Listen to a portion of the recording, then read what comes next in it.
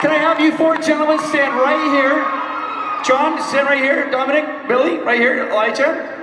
And you guys are gonna turn around, and the crowd's gonna go nuts on the count of 3, and we're gonna do a stage shot. Are you guys ready?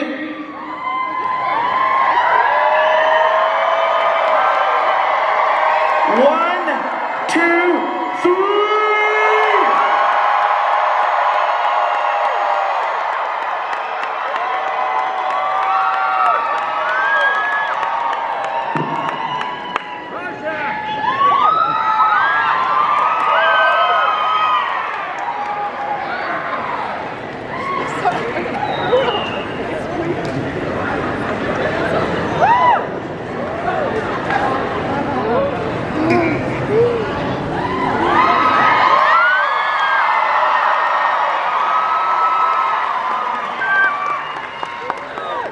There's a lot of people in here.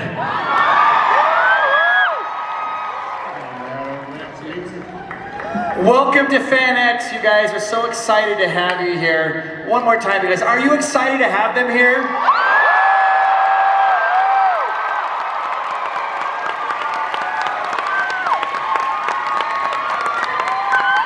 Wow. Wow, guys, thanks. We're happy to have you guys. You guys have returned. We'd love to have you back. Before we get, there's so many people that want to ask questions, but we got to get to Billy. Billy, the last time you were here at FanX, you played the guitar and say Britney Spears. He is also, by the way, a very, very highly accomplished and recognized bookbinder. It's true. And ready to take commissions. All right, we are going to get questions, but I do have to ask, I know somebody else is going to do it. Elijah, Dom, how many times do people talk to you about the wig? All the time. No matter where I am in the world, people ask if I wear wigs. Yeah. Larry David actually talked to me about that skill. He did? Yeah. Larry David. Larry David. Look at that. I was trying to think there of anyone kind of slightly lofty that knew it. And I remember Larry David said, the guy with the wig thing. And I was like, yeah, that's me. Wow. It got to that level.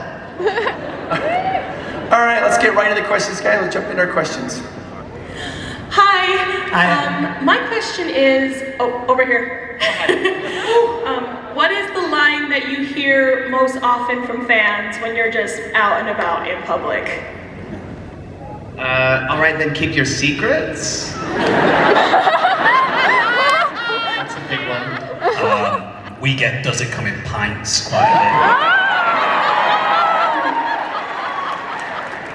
bit. What about second breakfast?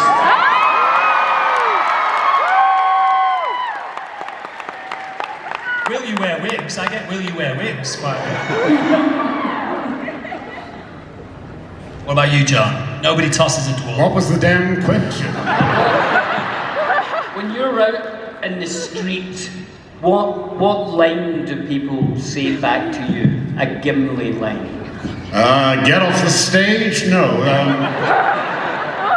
Don't tell the elf goes down the path.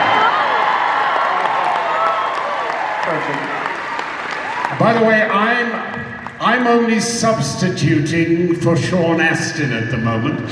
So if you've got any questions for Sean Astin, I am more than happy to fill them in. Hi, that's loud. What items did you take home from set? Well, there were some officially handed off items, and then there were some unofficial items. I'm assuming you mean the unofficial items. Well, I did ask permission, but there's a map in Bag End that is the same map from The Hobbit. So with the Misty Mountains, just as that same illustration, framed, and I just loved it so much, so I took that home with me. There are other things. There are 2 portraits above the mantle in Back End of must be Frodo's parents, and it's Hobbit portraits of Fran and Peter. I don't have them, they have them, but they're really amazing. So if you look in the movie, have a look at the mantelpiece, because those portraits are of Fran and Peter as hobbits. Also, in Pete and Fran's house in Wellington, they have a framed picture of the 4 hobbits posing as the Beatles. Very true. We gave that to them pretty early in production.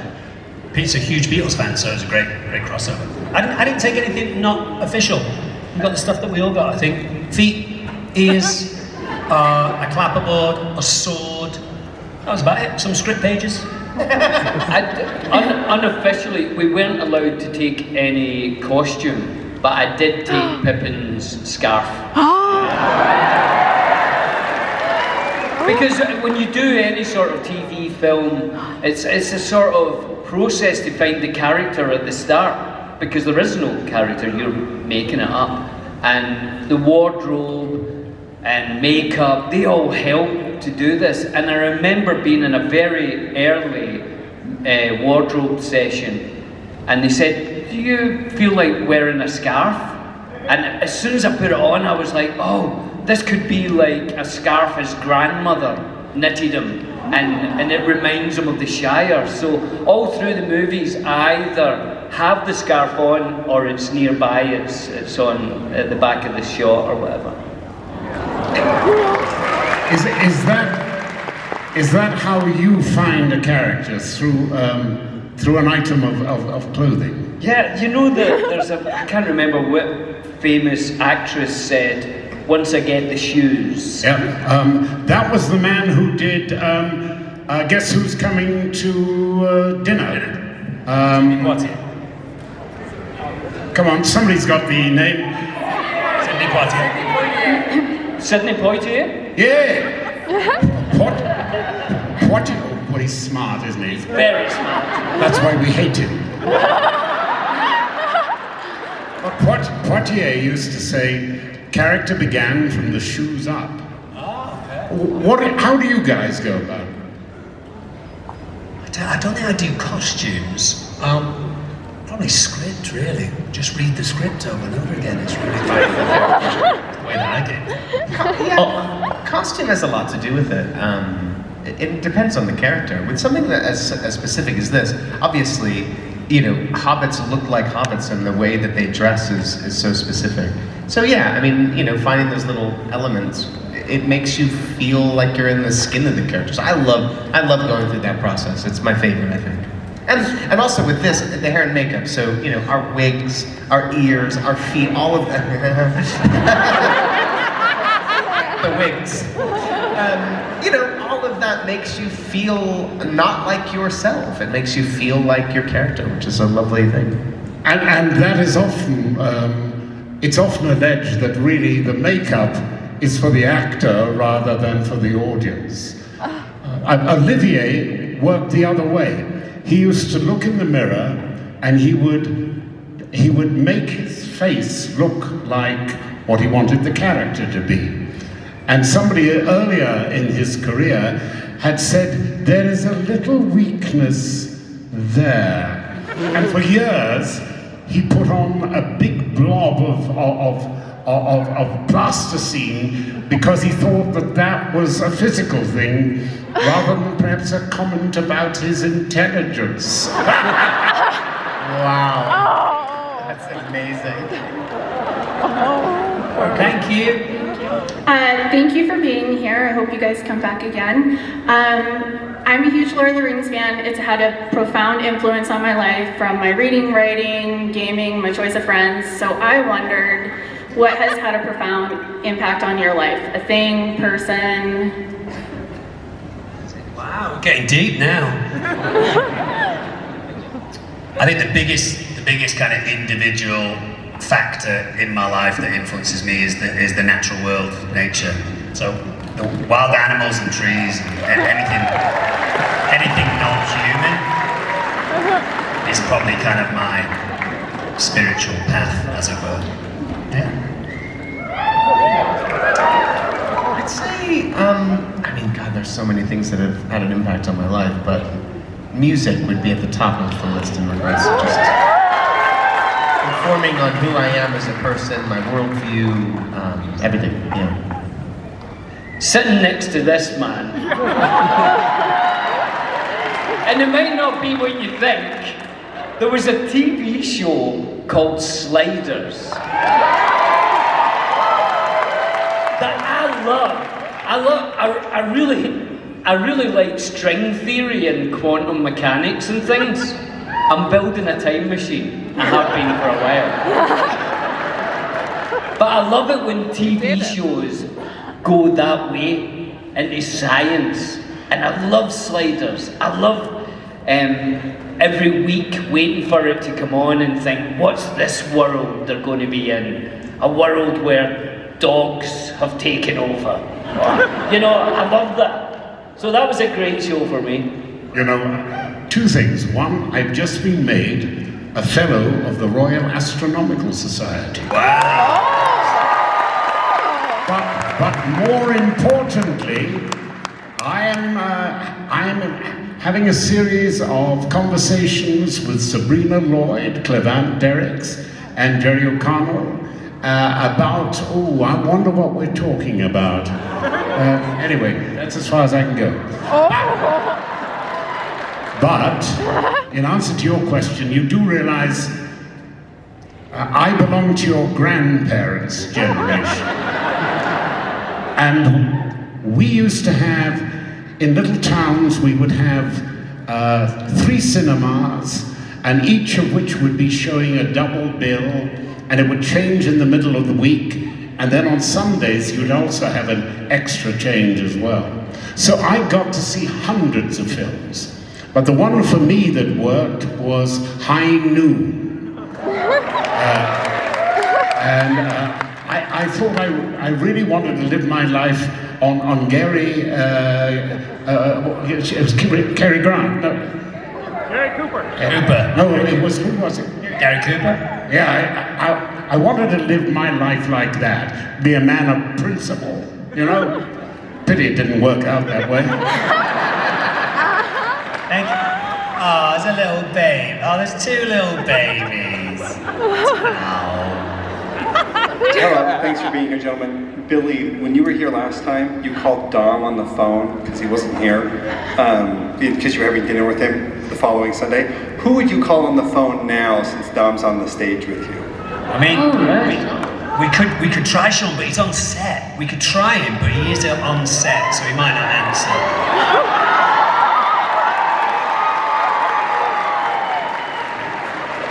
Also, if you call him and it's unexpected, he has profoundly foul language.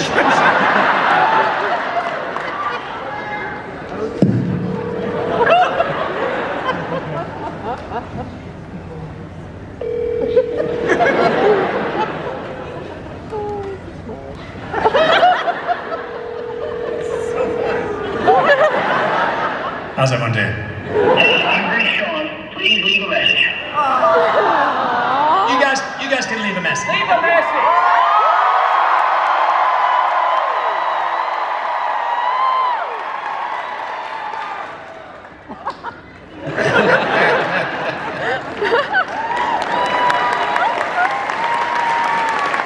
I have to ask. Billy, the last time you guys were here, you and Dom talked about how you hope when this is all over that you guys are going to be buried next to Vigo. Yeah. But he hasn't given you guys permission yet. How's that coming along? I think he thinks we're joking. And we're not. I think it'd be a great thing. And also, he's a very rich man, so he could pay for it. How's another babe? I've got a hobbit baby. But I was wondering if you had a bucket list item, whether career-wise or like a vacation or... What's that? A bucket list item. Oh, bucket list. I would love to go to Christmas Island. Christmas Island's in the middle of the Pacific, an archipelago, and every year they have the most amount of land crabs come onto the island than anywhere else on the planet. Over 100 million land crabs. People can't go to work, they can't go to school, no one drives their car. The entire island stops whilst these crabs go from the east part of the island to the west part of the island to have babies, and it is an absolute natural phenomenon. Never been, only happens in November. I'd love to do that.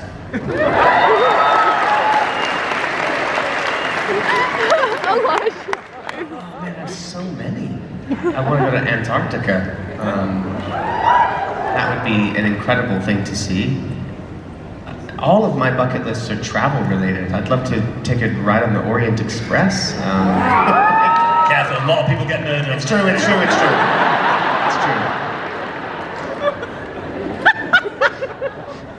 I think I might be too old now, John. You'll never be too old.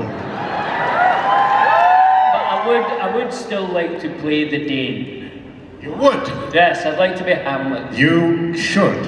Am I too old? Good God, no. You would be marvellous.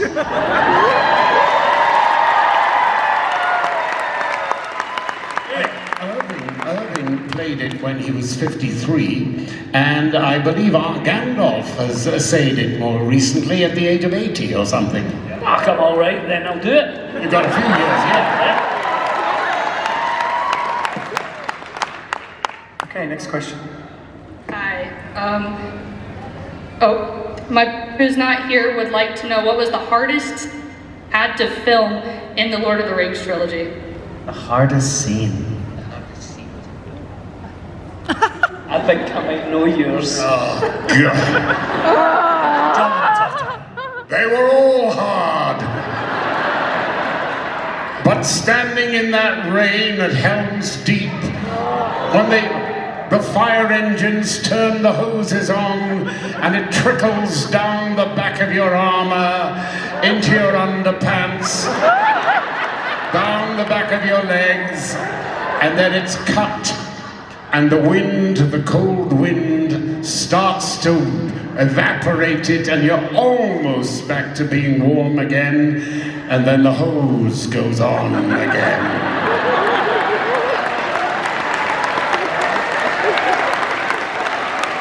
I don't think we can beat that. What about the wonderful day John gave us in Lothlorien when you had to say those couple of lines of Dwarvish? Oh, brilliant. So, it goes like this. Yes.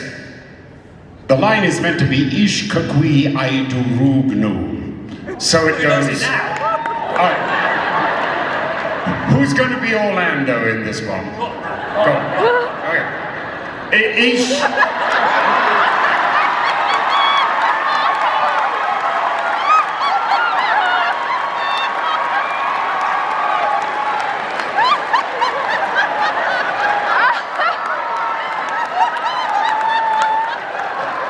What do my elvish eyes see? Yes, it was what is it? Ishkaku what? This was honestly all day. It was the funniest day. Take 53. They all know the line, and they are saying it to me, and I'm getting madder and madder at myself. Oh, I hated them. I was laughing and so I much. still do. I was laughing so much that I was sweating, and the sweat was making my wig fall off. My makeup artist was like, "You have to stop laughing." I was like, "John's fucking." Is this true that when we shot Lothlorien, they hadn't finalized Legolas's outfit yet? Do you remember that? No. Legolas's outfit was a work in progress. Do you remember? It just occurred to me now, and I believe we shot a different outfit during the Lothlorien sequence. I think you're right. Yeah. Was he in a tutu? The design changed. Right, yeah. The design changed. It was a work in progress. Thank you.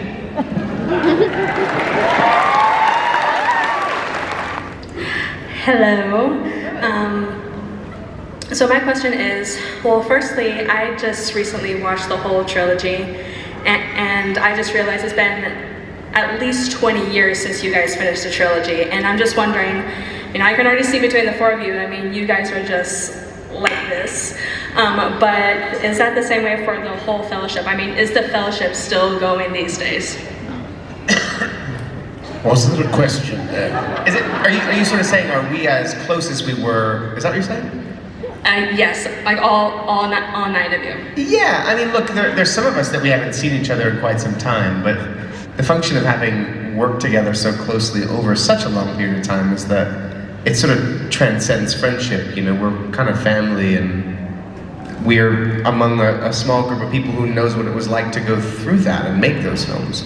So we're sort of linked forever. We see each other quite a lot on the circuit, and the three of us live in Los Angeles, and Sean as well. I haven't seen Vigo in a while, but yeah. He's been directing films, for goodness sake. He hasn't got any time at the moment. Yeah.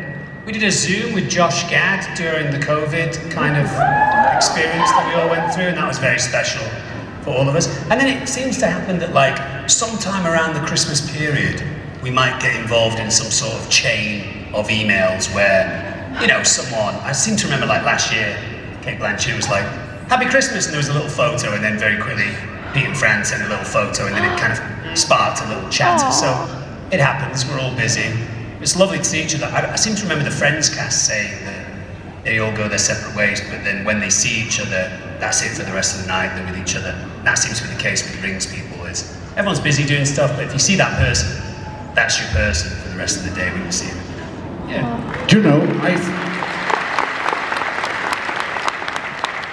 I think we ought to do one of those funny little calls that we did with all of us together. We ought to do it at Christmas time to wish the fans well. Oh yeah, that'd be great. Yeah, thanks.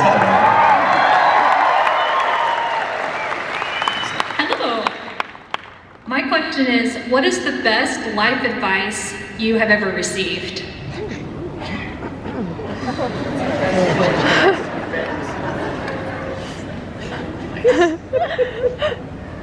Keep breathing. That's the trick.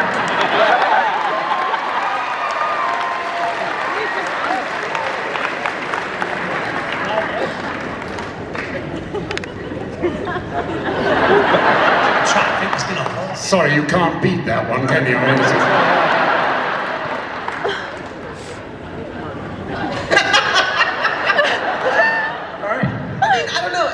don't know that it arrived in the form of advice, you know?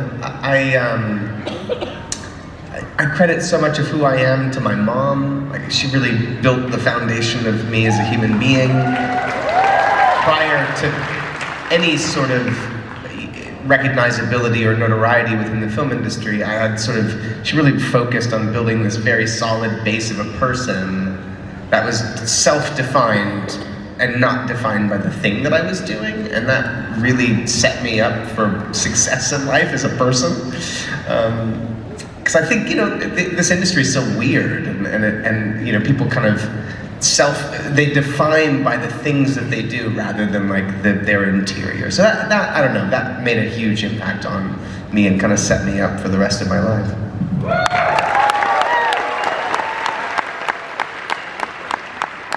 My dad gave me a great piece of advice. I don't know where he got it from, because my dad's a teacher, or he's a retired teacher now. But yes, there's my dad in the audience. Runs in the family. So I don't know where he got this piece of advice on me from, because he's a teacher. But when I used to go for auditions, when I was a lot younger, in my late teens, early 20s, my dad used to say to me, because he used to sometimes take me, and then when I would be done, take me home. And he would very often say, try as hard as you can to forget it now. Don't even think that the thing existed. Of course, you commit fully to the audition in the moment, but as soon as the audition's done, unless they call you, it never happened.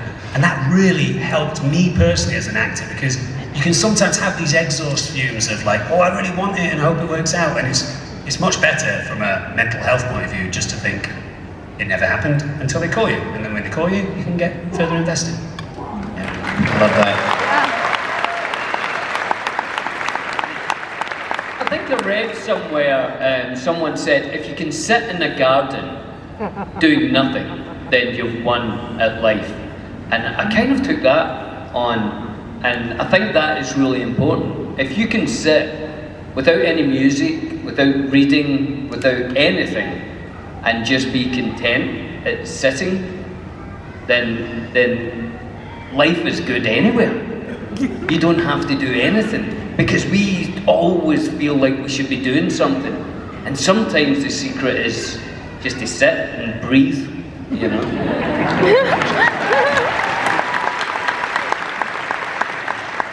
Can I do one more? I have a darling old girlfriend who is dying at the moment. And on the wall of her, no, don't worry about that. She's had a magnificent life, and her death is right. She is showing fortitude and courage. On the wall of her guest room, there's a little quotation that I saw. I am a small part, of a mirror, the size and shape of which I cannot guess, but I can use my life to reflect light into the darkness of the world.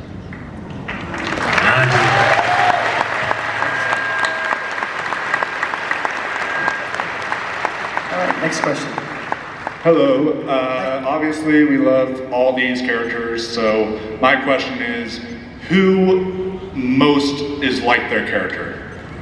I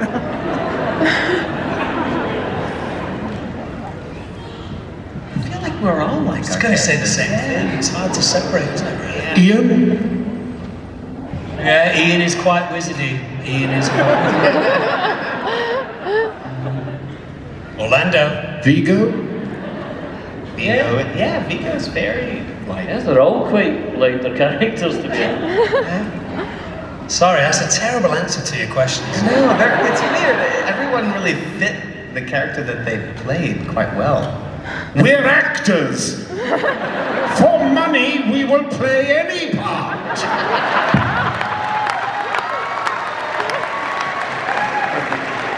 Next question. So I just want to give Dom a shout out. I'm a big Lost fan, so Charlie. But I'm just wondering, what can you guys tell us about Billy and Dom Eat the World, and when can we actually see it? We have the truth. Oh man, we almost did. Yeah, we had a Zoom call yesterday, and we were very close to bringing the trailer, but we're going to bring it to the next convention. So all you guys come to the next convention. We'll see you guys there. It will come out, I think, sometime in the early part of next year, I would assume. Right? Yeah, I would think so. We're still finishing it. We have another couple of trips to go on, but it's been so good being able to the idea was to travel and try and find out about a community or a country or a city through the food that they eat and how food has, changed. And it's been amazing, hasn't it? We've met some incredible people telling us their story through food, restaurants or cafes or whatever. And I've had a great time. Up to now it's been London, Outer Hebrides, California, Texas, Japan, Switzerland, I'm missing one. And then we're doing Manchester, where I'm from, and Costa Rica. Yeah. So great stories. I hope you'll all watch it. And we will. If any of you guys follow either Billy or I on social media, we will of course let you know where you can watch it and how you can watch it and all that kind of stuff. Thanks, man. So speaking of delightful stories, Billy, nobody here's heard this story. Can you tell the story of when you went to the dentist, when you had your hobbit feet on? Oh yeah. Can you mind telling them that story? They would love to hear that story. It's a true story. We were shooting in Wellington, and it takes an hour to put the hobbit feet on at that time. They had to glue them and paint them and put hair on. And I was sitting in my trailer waiting to go on, and I got toothache, really bad toothache. And I was like, oh, I need to get something done, I can't concentrate. And I went to the dentist, dressed as a hobbit. Before anyone had ever seen a hobbit, like from the movies. They put a robe over, and then we had these giant moon boots. And off I went to the dentist, and I was lying there. And the dentist said, oh, you need a filling. You need a... And I was like, oh, I've got lines to say this afternoon. I said, I can't numb my mouth. And she was like, well, I could try and give you it without numbing, but it might be painful. And I was like, yeah, give it a go. What? And it was like, I was Novocaine does go away in like an hour and a half. But I thought, well, I might have to go on and go, you know, right away. What about chicken breakfast? So she started drilling, and it was more the fear of that it might get really painful. And I was lying there, and she's going, "Is it okay? Is it okay?" And I was like, "Oh yes, all right." And I was sweating so much that my feet fell off.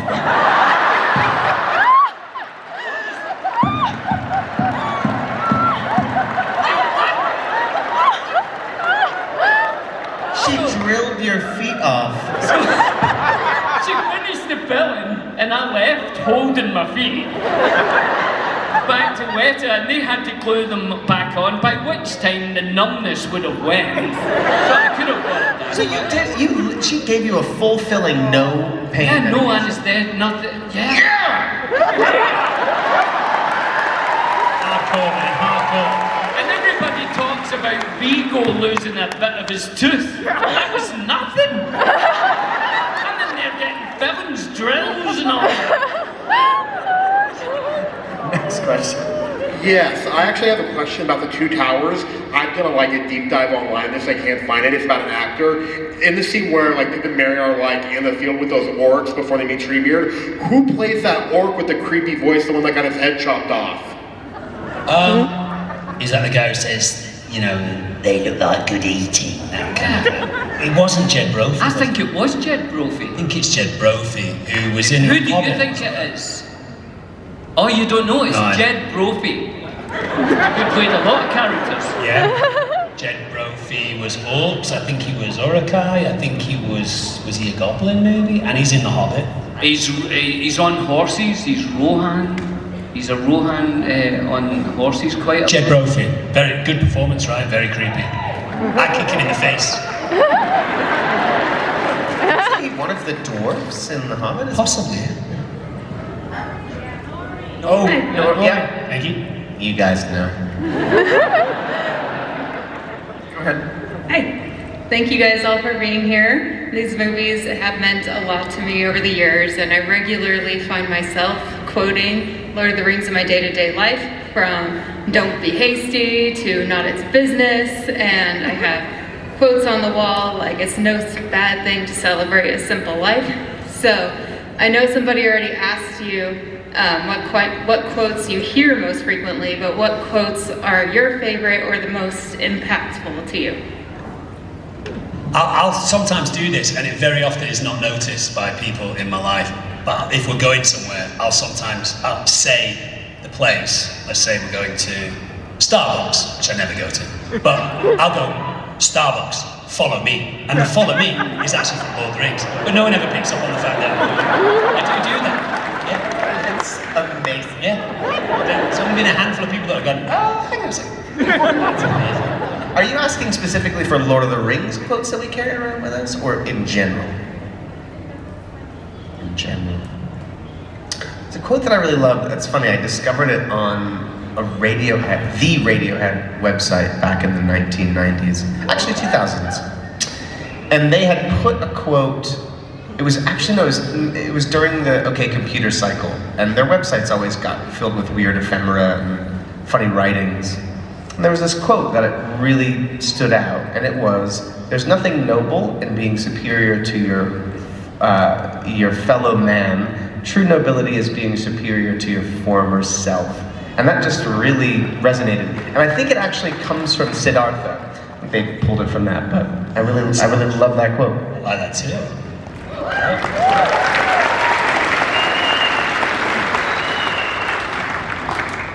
There is a quote, and I cannot remember the beginning of it, but so I will not give that quote, I'll give you another one. Not all who wander are lost. Love that. Yeah, I love the Ents. I love Treebeard and the Ents. So that don't be hasty. I think the Ents have a lot of wisdom. Excellent. It's great to see you in person, and I love your work. I have two really quick questions. First, what do you guys go by in your phones for each other? Do you go by the Frodo or do you go by Elijah? And then the other quick one is, what do you think happened on the boat at the end of the Lord of the Rings, at Return of the King? You know, Bilbo says, I'm ready for another adventure. Do you think that boat sank and he had to swim? Or are they just smoking Gandalf's pipe on the boat all the way there? Cool questions, man. So, in my phone, Lige. Billy's called Darling Duck. Sean, I think Sean is just Sean, unfortunately. You were Splommy for a while. Splommy for a little bit. I've been meaning to say this to you. I'm in trouble now. No, like Dom, does things like Darling Duck, or he changes the name sometimes. But I don't. That is now my name as an email. So when I send an email to someone else, it's from Darling Duck. Really? Yeah. Kind of infected your phone. Yeah. And I was going to ask you, how do I stop it being? I don't know. Or it was Big Bill Boyd. Big Bill Boyd for a while. So a lot of my emails is from Big Bill Boyd. Were they like work emails? Like, yeah. Any email I send to anyone, Big Bill Boyd. Bizarre, man. Wait, what was the second part of your question? Something about the end of the film?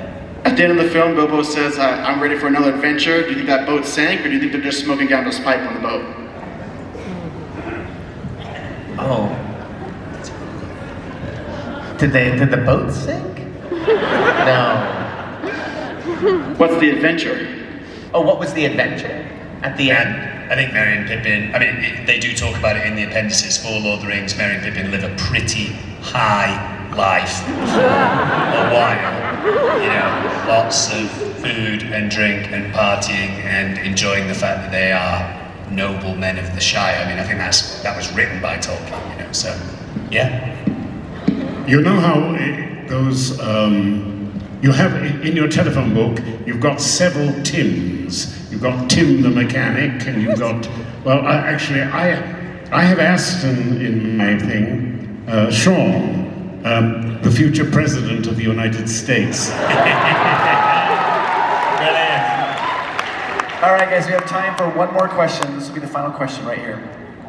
All right, so first I just want to say that I am very grateful for the story that you guys worked hard to tell, and that it will be remembered for generations. It was relevant 70 years ago. It will be relevant 100 years later. But my question is specifically to you, Elijah, and that is, Frodo was a very simple hobbit, much like Bilbo, and he loved a simple life, much like all the other hobbits. Why do you think he left all that to take the ring to Mordor and go through all that suffering that he went through? I mean, he's Bilbo's nephew, and almost raised by Bilbo. And Bilbo carries with him a taste of adventure, which is very un-hobbity. Like, hobbits don't like to stray outside of the Shire, and they don't like to know what's going on in the outside world because it presents dangers. They like to be safe and comfortable and warm and cozy. And Frodo grew up hearing these incredible tales, and I think part of what propels him forward with this particular ask is very simple. And I don't think Frodo understands, and I don't think even Gandalf understands that that's going to be Frodo's fate. It's just, let's get this ring to Rivendell, essentially, right? And it's not until then that he really decides that it's his fate, or that he'll sort of take up the mantle of taking the ring. And I don't even think in that moment that he realizes that he's potentially leaving all of that behind. I think there's a sense of wanderlust and adventure, and he leaves the Shire with the potentiality of being able to see elves, and sort of walk in the footsteps of his uncle. So I think that's the impetus, and I think once he's gotten far enough along, like in the Mines of Moria, he realizes, wait a second, this is way fucking too much. I'm not ready for this. Can we just give it away? And then ultimately realizes that it's something that he's got to do, and he's built of that stuff. But I think all of the hobbits are. I think they're all made of something.